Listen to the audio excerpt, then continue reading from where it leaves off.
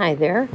So go ahead and open up the Google Doc on which you have been taking notes and continue wherever we left off. So you're still above the paragraph that I wrote.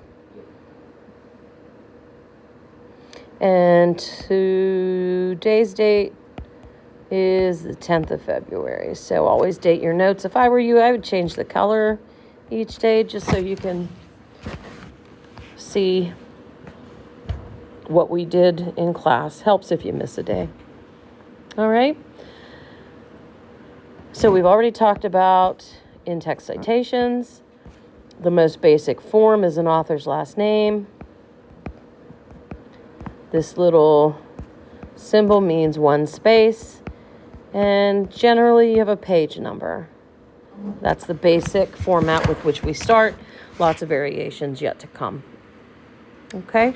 And you know that without a works cited page, that in-text citation is completely pointless because it has to connect to one entry on the works cited page, and it has to connect clearly. There can be no doubt, no confusion. Okay? So moving forward, what I did was I took the paragraph that I already gave to you and I added a works cited page to it. You don't need to have the revised document. You'll see it in this video, but it's not something that you need to do. You do not need to change your file at all. Okay, I also formatted my file according to what's called MLA guidelines. All right. So MLA stands for Modern Language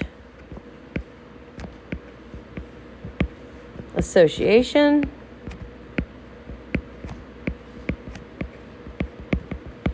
And that will typically be the format that's required when you are writing for an English language arts, also known as the ELA class. Outside of the discipline of English, you probably will not see MLA at all. Okay, so the Modern Language Association is unique to language arts. If you are taking almost any other class, you will encounter at some point in time the similar but also somewhat different format style called APA. And that's the American Psychological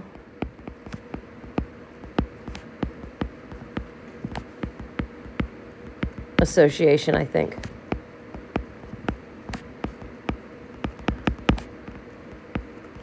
This is probably the most widely used.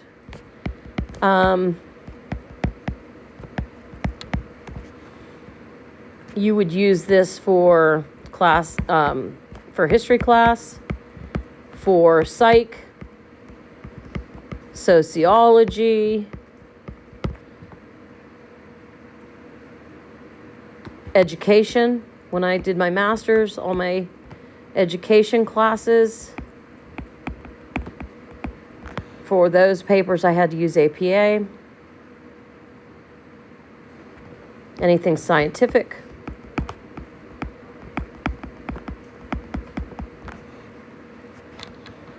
With APA, the difference is, how do I say this? The difference is you should not, for disciplines that will require the APA style, you should not be using any sources that are more than, I think, like 5 to 7 years old. Reason being, if you are, say, for instance, studying the field of education. A lot of that is based on studies, brain-based ways we think and learn, scientific knowledge about the brain and what the brain needs to be successful, and how people learn, how we should teach. Since brain-based research is constantly changing, if you're writing a paper on education in 2023 and you refer to a source that is 12 or 13 years old, and you try to say that's your proof and it's 12 or 13 years old, it's outdated. Okay? So APA is more concerned with the dates of supporting materials.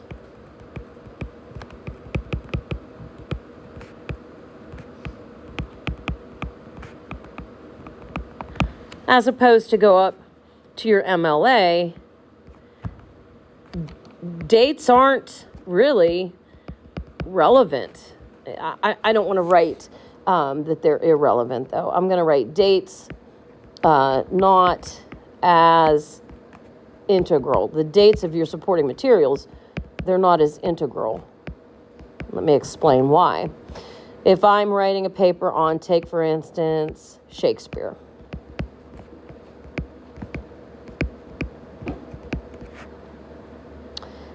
If I use support materials that were written in, say, 1993, you do the math, you can figure out how old those are.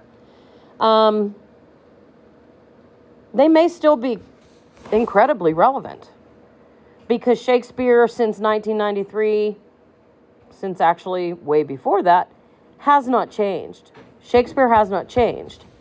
So how timely your support materials are is not integral like it is for something like biology. You know, if you're writing a paper about cloning, you most certainly don't want to use support materials that are 25 years old. Okay? All right.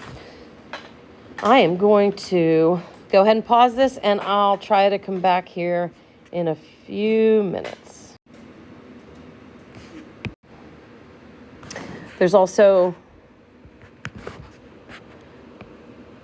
a format called Chicago, about which I honestly cannot really tell you much of anything. Chicago style is used in the field of music. That is the only thing I know. So different disciplines require different styles.